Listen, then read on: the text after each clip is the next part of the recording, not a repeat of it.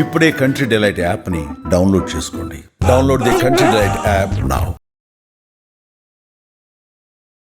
నమస్తే రమగారు. నమస్తే జయ. రమగారు, మనము సప్తమి మూలా నక్షత్రం, మరి మూలా నక్షత్రం అనగానే అమ్మవారికి సరస్వతి అలంకరణ చేస్తారు. మనకి బెజవాడ కనకదుర్గమ్మకి కానీ లేకుంటే బాసర అమ్మవారికి సరస్వతి అమ్మవారికి కానీ విశేషంగా పూజలు చేస్తారు కదండి. ఈ రోజు అవలంబించాల్సిన పూజా విధానం ఆశ్వేజ శుద్ధ సప్తమి మూలా నక్షత్రం కూడా కలిసి వచ్చింది కాబట్టి ఈరోజు మనకి విజయవాడ కనకదుర్గ స్వామి అమ్మవారి దేవాలయంలో సరస్వతి అవతారాన్ని వేస్తారు. మనం అందరం కూడా మూలా నక్షత్రం నాడు సరస్వతి పూజ అంటే నవదుర్గా అలంకారాల్లో మాత్రము కాళరాత్రి అలంకారాన్ని చేస్తారు. ఇవాళ నవదుర్గలలో ఆవిడ తర్వాత కాత్యాయని తర్వాత కాళరాత్రి వస్తుంది. కరెక్ట్గా సప్తమి రోజే వచ్చింది కదండి మూలా నక్షత్రం. ఈసారి అట్లా వచ్చింది. సో ఇప్పుడు మనము అందరం మొత్తం లోక సహజంగా ప్రతి వాళ్ళు చేసుకుంటారు మూలా నక్షత్రం సరస్వతి పూజ. ఇది లోక ప్రసిద్ధమైంది అనమాట. మూలా నక్షత్రం మిగిలిన నెలల్లో వస్తే అది సరస్వతి పూజ అని భావించరు. శరన్నవరాత్రుల్లో వచ్చే మూలా నక్షత్రమే మనం సరస్వతి పూజగా భావిస్తాం. అమ్మవారి యొక్క సాత్వికాంశ, సాత్విక రాజసిక తామసిక శక్తులలో సాత్విక శక్తి, సాత్విక అంశ. అందుకని సాత్విక అంశ కాబట్టి ఈమె సాధారణంగా మనం తెల్లని వస్త్రాలు, తెల్లని హంసనెక్కి ఉంటుంది, వీణ వాయిస్తుంది, ప్రశాంతమైన అంబియన్స్, ఒక తెల్లటి పువ్వు మీద కూర్చుంటుంది. ఎర్ర పువ్వు కూడా కనపడుతుంది, అక్కడక్కడ కమలం, ఎర్రటి కమలం కూడా కనిపిస్తుంది. మహాపద్మంలో కూర్చుని ఉంటుంది ప్రశాంతంగా.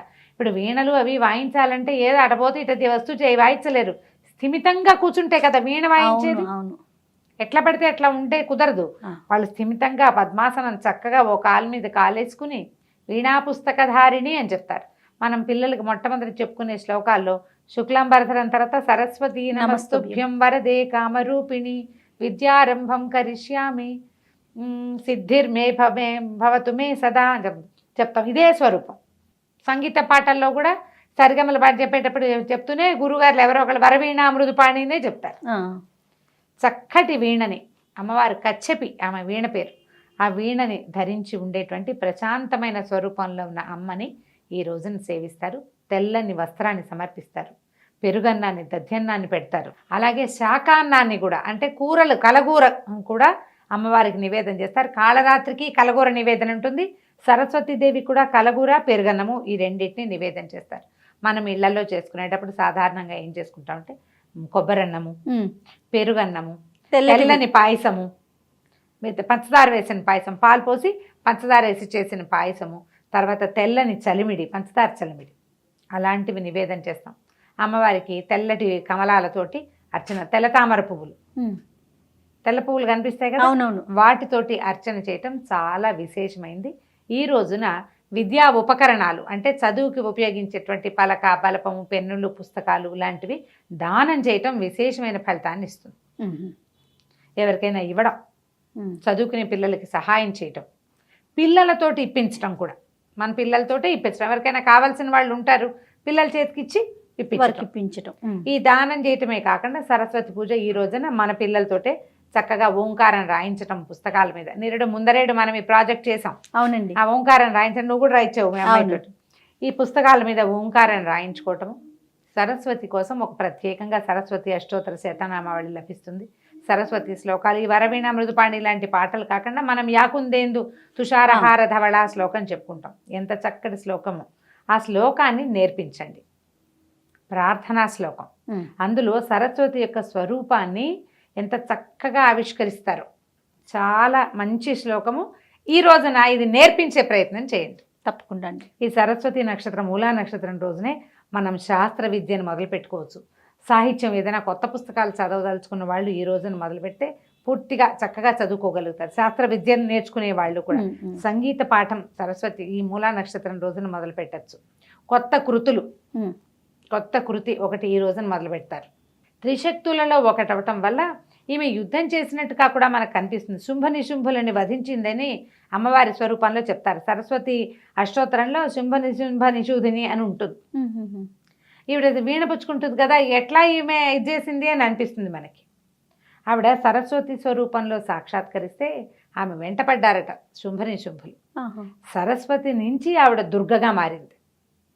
మారి వాళ్ళని వధించి మళ్ళీ మహాసరస్వతి స్వరూపాన్ని తీసుకుంది. ఆవిడ హిమాలయాల్లో తెల్లటి పుండరీకం మీద చక్కగా వీణ వాయించుకుంటూ ప్రశాంతంగా కూర్చుంటే సౌందర్యాధిదేవతలాగా ఉన్న ఆమెను చూసి శుంభులు వెంటబడ్డారని. సరస్వతీదేవికి మనం చెప్పుకోగలిగే కథ ఏమి ఉండదు, శుంభుల వధే చెప్పగలుగుతాం. ఆమె మళ్ళీ సరస్వతి స్వరూపంగా కూడా మళ్ళీ వచ్చేసింది. జ్ఞానశక్తి, విద్యాధిదేవత.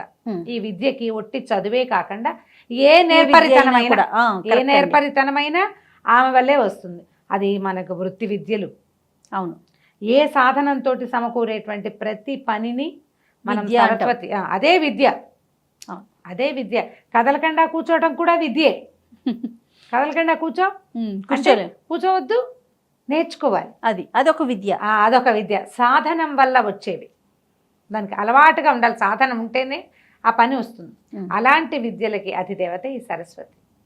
ఆమె యొక్క స్థిమితమైన స్వరూపాన్ని తలుచుకుని మనం ప్రయత్నం చేస్తే ఏదైనా కొత్తది నేర్చుకోవాలనుకుంటారు, ఏజ్ వచ్చాక కూడా నేర్చుకోగలుగుతారు. అవును, వాళ్ళు కనుక ఈ రోజున ఓం అని మొదలు పెట్టుకోండి. ఫీజు కట్టడము ఈ రోజుని, వాళ్ళకి ఎవరికో నేను వాళ్ళ నుంచి స్టార్ట్ చేస్తానని చెప్పడం, ఏదో ఒక పుస్తకం పట్టుకుని కాసేపు కూర్చోవటం. పిల్లలతోటి కూడా మనం ఓంకారాలు రాయిస్తాము, పిల్లలకి నమస్కారం చేస్తాం. మూలా నక్షత్రం రోజున ఒక 10 నిమిషాలైనా పిల్లలు కూర్చుని చదువుకునేలాగా, కూర్చుని రాసేలాగా చేయండి. చదువుకునే పిల్లలందరూ కూడా మూలా నక్షత్రం నాడు కాసేపు చదువుకోవాలి. చదివితే విద్య వనగొడుతుంది మనకి. ఇదొక ప్రయత్నం. మనం ఏం చేస్తాం, దేవాలయ దర్శనాలు చేస్తాం, మనం బాసర జ్ఞాన సరస్వతి అమ్మవారిని చూస్తాం. హైదరాబాద్ నగర సమీపంలో ఉన్న వర్గల్లో కూడా జ్ఞాన సరస్వతి అమ్మవారు ఉన్నారు. అట్లా మనకి ఎక్కడెక్కడైనా సరస్వతి స్వరూపాలు ఉంటే తప్పకుండా విద్యార్థులను అక్కడికి తీసుకెళ్ళి ఓ నమస్కారం చేయటం. ఏదైనా మార్కులు తక్కువగా వస్తున్నాయి, పిల్లలు బ్రైట్గా లేరు అంటే కనుక మనం వినాయకుడికి గుంజిళ్ళు చేయించినట్టుగా సరస్వతి సాధన చేయించటం. ఒక శ్లోకాన్ని చెప్పి దాన్ని పదే రటనగా చెప్పించటం. సరస్వతీదేవి ముందు కూర్చుని ఉండటం, ఎక్కువసేపు ఆమె సన్నిధిలో కూర్చోవటం. అలాంటివి చేస్తే మంచి అత్యద్భుతమైన ఫలితం లభిస్తుంది. ప్రయత్నం చేయవలసిందే, అంతే అండి, ప్రయత్నం చేయాలి. ఇళ్లలో సరస్వతి పూజ ఏం చేస్తాం, మొత్తం పుస్తకాలన్నీ తీసుకెళ్ళి అక్కడ పెడతాం. నా వాటి వాళ్ళు లలితా శాస్త్రము లేదా సౌందర్యలహరి పుస్తకం పెట్టుకుంటాను చేయాలి నేను మాత్రం. అవునండి, సౌందర్యలహరి పుస్తకం అమ్మవారి దగ్గర పెట్టుకుంటాను. ఓ శ్రీకారం రాసాం, మళ్ళీ దాని మీద ఇంకోసారి గంధంతో ఇంకోసారి శ్రీకారం రాస్తాను.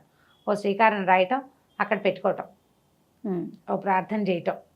తెల్లటి పువ్వులతోటి అర్చన మంచి ఫలితాన్ని ఇస్తుంది. ఇప్పుడు ఈ రోజుల్లో సన్నజాజులు, బెరజాజులు అవి కనిపిస్తాయి. తెల్లని చేమంతి పూలు, తర్వాత ఈ మన నందివర్ధనాలు, గరుడవర్ధనాలు అవి మనకు కనపడతాయి.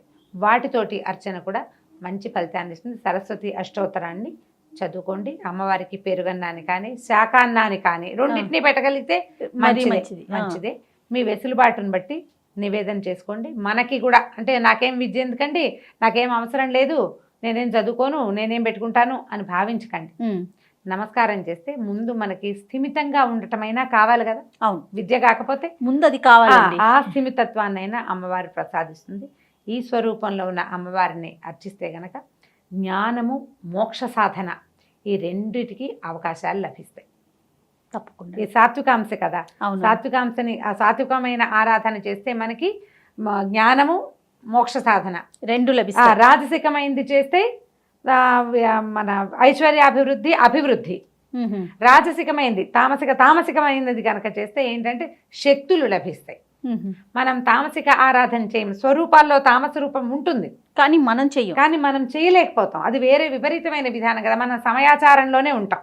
చక్కగా పువ్వులు పెట్టి పూజ చేసుకుని, ప్రసాదాలు ఏవో వండిన నైవేద్యం పెట్టి ఇంట్లో పూజ చేసుకుని, వాకిలి గుబ్బానికి పసుపు రాసుకుని, ఏదైనా మామిడి తోట, అంతా సమయాచారాలే మనవి, ప్రశాంతంగా పోయేవి.